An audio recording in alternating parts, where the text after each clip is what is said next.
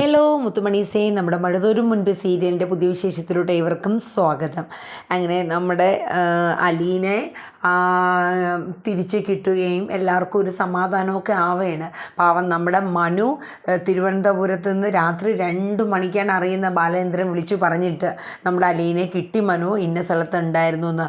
ആ പാവം അവിടെ നിന്ന് അപ്പോഴാണ് അതിന് ശ്വാസം നേരെ വീണത്. പാവം അത്രയും നേരം കിടന്ന് ശാസ്തമംഗലത്തും ഒക്കെ അങ്ങനെ പോയി കിടന്ന് അലഞ്ഞ് രാത്രിയിൽ അവരെ ബന്ധു വീട്ടിലൊക്കെ പോയി അലീനയെക്കുറിച്ച് തിരക്കായിരുന്നു.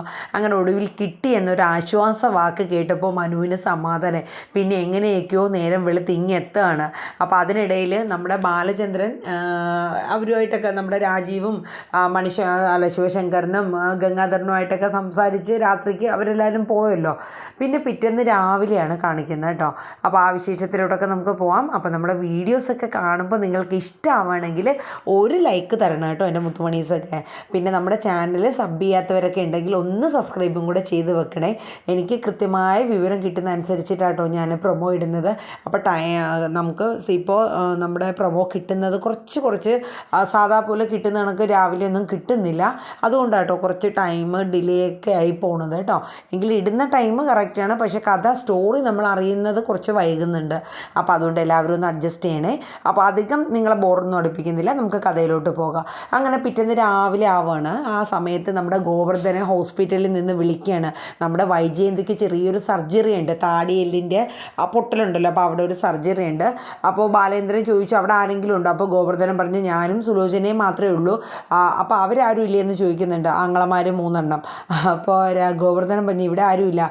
ഉണ്ടാവില്ല, ഒക്കെ പോത്തുപോലെ കിടന്നുറങ്ങിയിരിക്കും, ഇന്നലത്തെ ക്ഷീണം മാറണ്ടേ, ഞാൻ എന്തായാലും ഇപ്പോൾ തന്നെ ഫ്രഷ് ആയിട്ട് അങ്ങ് എത്തിക്കോളാം എന്ന് പറഞ്ഞിട്ട് നമ്മുടെ ബാലേന്ദ്രൻ ഫോൺ വെക്കുകയാണ്.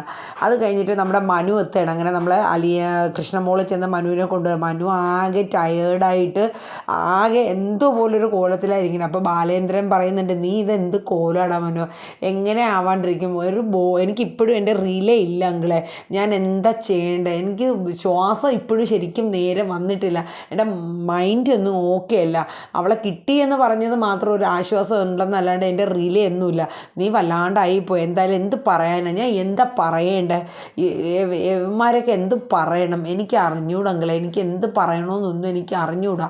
അവർ രണ്ടുപേരും അങ്ങോട്ടൊക്കെ സംസാരിച്ച് എന്നിട്ട് നീ ഇരിക്കുക, ഞാൻ എന്തായാലും ഇന്ന് വൈദ്യയ്ക്ക് ഒരു സർജറി ഉണ്ട്, അവിടെ മറ്റാരുമില്ല, ഗോവർദ്ധനും സുലോചനയും മാത്രമേ ഉള്ളൂ, ഞാനൊന്ന് പോയി വരട്ടെ എന്ന് പറഞ്ഞ് ബാലേന്ദ്രൻ പോകാനായിട്ടുള്ള തയ്യാറെടുപ്പാണ്. അപ്പോൾ കൃഷ്ണമോള് അവിടെ ഇരുന്നു, മനു അവിടെ ഇരിക്കണം. അപ്പോഴാണ് അലീന ഫ്രഷ് ആയിട്ടൊക്കെ എഴുന്നേറ്റ് വരാം കേട്ടോ.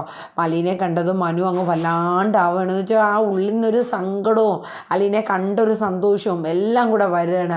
അപ്പോൾ രണ്ടുപേരും അങ്ങോട്ടും ഇങ്ങോട്ടും നോക്കി നിന്ന് വിതുമ്പാണ്, മനസ്സുകൊണ്ട് അവർ വിതുമ്പാണ് കേട്ടോ. അപ്പോൾ കൃഷ്ണമോള് ചോദിക്കണം ഒന്നുകിൽ എന്തെങ്കിലും ചോദിക്കുക, അല്ലെങ്കിൽ അലീന ചേച്ചി എന്തെങ്കിലും ഒന്ന് പറയുക, ഇതൊന്നും ഇല്ലാണ്ട് ഇങ്ങനെ നിൽക്കണ എന്നാ. അപ്പം പറഞ്ഞ് ഒന്നും പറയാനുമില്ല, നിനക്കതൊന്നും പറഞ്ഞാൽ മനസ്സിലാവില്ലടി മോളേന്ന് മനുശങ്കർ പറയാണ്. കാര്യം പറയാനായിട്ടൊന്നുമില്ല, കേൾക്കാനായിട്ടും ഒന്നുമില്ല, പറയാനുള്ളതും കേൾക്കാനുള്ളതും എല്ലാം ഞങ്ങൾക്ക് കഴിഞ്ഞു എന്ന് വെച്ചാൽ അങ്ങനത്തെ ഒരു അവസ്ഥയിലാണ് ഞങ്ങൾ രണ്ടുപേരും, ഞാനായാലും അലീനയാണെങ്കിലും അങ്ങനെയാണെന്ന് മനു പറയുന്നുണ്ട്. അപ്പോൾ കൃഷ്ണമോള് പറയുന്നുണ്ട് ഞാനിപ്പോൾ ഇവിടെ ഇല്ലായിരുന്നെങ്കിൽ ഒരു ഹഗ്ഗിലൂടെ പറയാനുള്ളതൊക്കെ പറഞ്ഞും കേട്ടുമൊക്കെ തീരുമായിരുന്നു, ഒന്ന് പോടി അവിടെ നിന്ന് പറയുന്നുണ്ട്. എന്നിട്ട് മനു ഓരോ വിവരങ്ങൾ ചോദിക്കുകയാണ്. എന്നിട്ട് മനു ആദ്യം തന്നെ അലീനയുടെ അടുത്ത് പറയുന്നുണ്ട് ഞാൻ തിരുവനന്തപുരത്ത് നിന്ന് 2 മണിക്ക് വണ്ടി ഓടിച്ചെങ്കിൽ പറഞ്ഞു എനിക്ക് ഒരു ഗ്ലാസ് ചായ തരും അലീന എന്ന് ചോദിക്കുന്നുണ്ട്. എനിക്കറിയാം മനുവേട്ടൻ, അച്ഛൻ പറഞ്ഞു, മനുവേട്ടൻ എത്ര നേരം കിടന്ന് വണ്ടി ഓടിച്ച് അലഞ്ഞ കാര്യങ്ങളൊക്കെ അച്ഛൻ പറഞ്ഞായിരുന്നു മനുവേട്ടാന്ന് പറഞ്ഞു. ഞാൻ പോയി ചായ ഇട്ടുകൊണ്ട് വരാമെന്ന് പറഞ്ഞപ്പോൾ അലീന പറഞ്ഞു അല്ല നമ്മുടെ കൃഷ്ണമോള് പറഞ്ഞു നിങ്ങൾ സംസാരിക്കുക, ഞാൻ പോയി ചായ ഇടാമെന്ന്. അപ്പോൾ മനു പറഞ്ഞു അയ്യോ പരീക്ഷണം വേണ്ടാന്ന് പറഞ്ഞു. അപ്പോൾ അലീന പോയി ചായയൊക്കെ ഇട്ടുകൊണ്ട് വന്നു കേട്ടോ. ചായ കുടിച്ചുകൊണ്ടിരിക്കുന്നതിൻ്റെ ഇടയിൽ മനു ചോദിച്ചു അലീന ശരിക്കും എന്തുവാ സംഭവിച്ചതെന്ന് ചോദിക്കുന്നുണ്ട്. അപ്പോൾ അലീന കഥ പറയണം കേട്ടോ. ശരിക്കും നമുക്കൊരു നമ്മൾ ഇപ്പോഴത്തെ ഒക്കെ ഈ സമയത്ത് കാണുന്നില്ലേ ഓരോ കിഡ്നാപ്പിങ്, പെൺകുട്ടികളെ പിടിച്ചുകൊണ്ട് പോകണം, ഒക്കെ ഉള്ള കുട്ടികളെയൊക്കെ പിടിച്ചുകൊണ്ട് പോകില്ല, ആ ഒരു ഫീലിംഗ് നമുക്ക് അലീന പറയുമ്പോൾ നമ്മുടെ ഉള്ളിൽ കത്ത കേട്ടോ.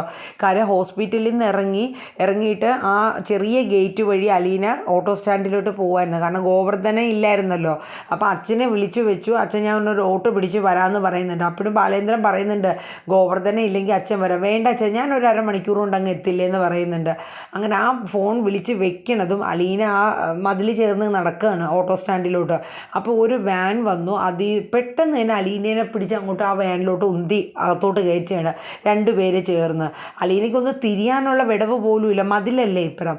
അപ്പോൾ ഇതൊക്കെ പറയുമ്പോൾ തന്നെ അലീന വിതുമ്പിക്കൊണ്ടാണ് പറയണേ. എനിക്ക് എന്താ ഏതാണെന്നൊന്നും മനസ്സിലായില്ല മനുവേട്ടാ. രണ്ടുപേര് വന്ന് പിടിക്കുന്നു, വാനിലോട്ട് പിടിച്ച് മറിച്ചിടുന്നു, വായിലൊരു വലിയ സെലോ ടേപ്പ് അങ്ങ് ഒട്ടിച്ച് വെക്കുകയാണ്, പിന്നെ കൈ കൂട്ടി കിട്ടണു. പിന്നെ എനിക്കൊന്നും ഓർമ്മയില്ല മനുവേട്ടാ, എന്തൊക്കെയോ. പിന്നെ 4 പേരുണ്ട്, ഇരുട്ട് മാത്രം, വണ്ടി എങ്ങോട്ടോ പൊക്കോണ്ടിരിക്കുകയാണ്.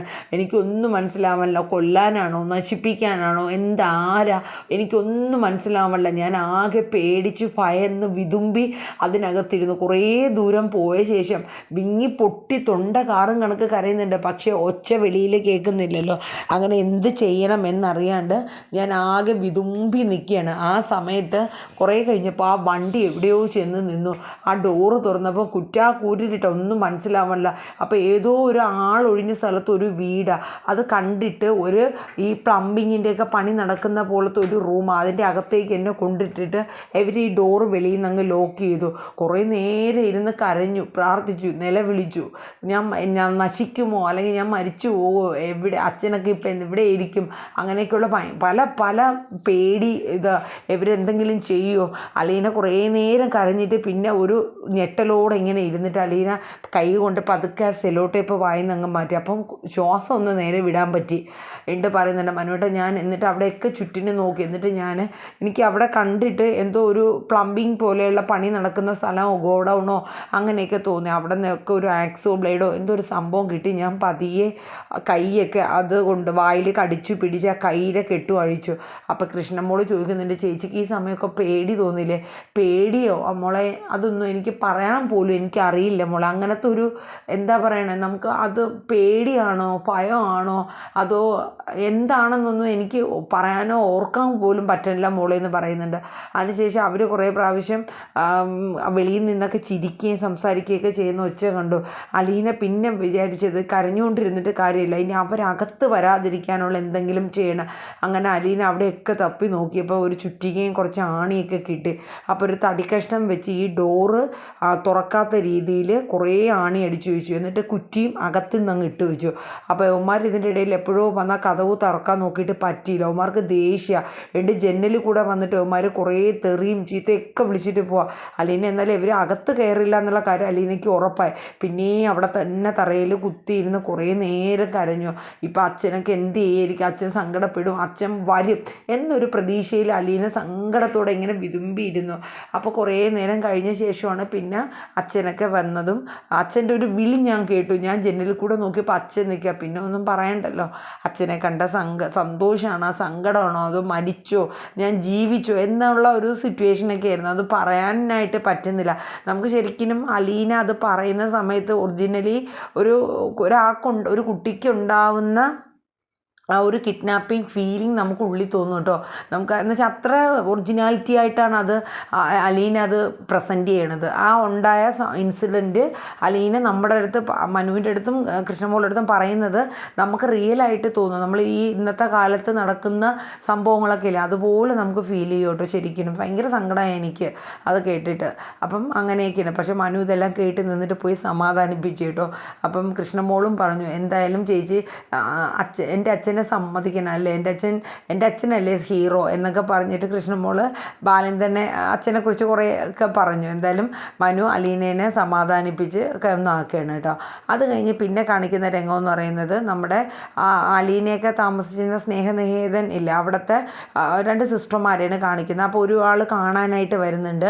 അതായത് വർഷങ്ങൾക്ക് മുന്നേ ഇവിടെ മുതിർന്ന ആരെങ്കിലും ഉണ്ടോ എന്ന് ചോദിച്ചു. പണ്ട് നടത്തിയ ആ സ്നേഹനികേതൻ എന്ന് പറഞ്ഞാൽ സ്ഥാപനം ഇപ്പോൾ ഇല്ല. അവിടെ ഉണ്ടായിരുന്ന അലീന, രേവതി അങ്ങനെ കുറേ കുട്ടികളെയൊക്കെ പലയിടത്തായിട്ടും പല വീടുകളിലായിട്ടും ഒക്കെ ആയിട്ട് മാറ്റി, കുറേ പേര് ഓർഫണേജിൽ മാറ്റി, അങ്ങനെയൊക്കെയാണ്. ഇപ്പോൾ ഇതൊരു പുതിയ ഇതായിട്ടാണ്. അപ്പോൾ ആ വന്ന വയസ്സായ ആൾ ഒരു സുഖമില്ലാത്ത ആളാണ്. അത്രയും ദൂരം നിന്ന് ഇത്രയും കഷ്ടപ്പെട്ട് പറഞ്ഞെങ്കിൽ എന്തോ ഒരു തക്കതായ കാര്യത്തിനാണ്.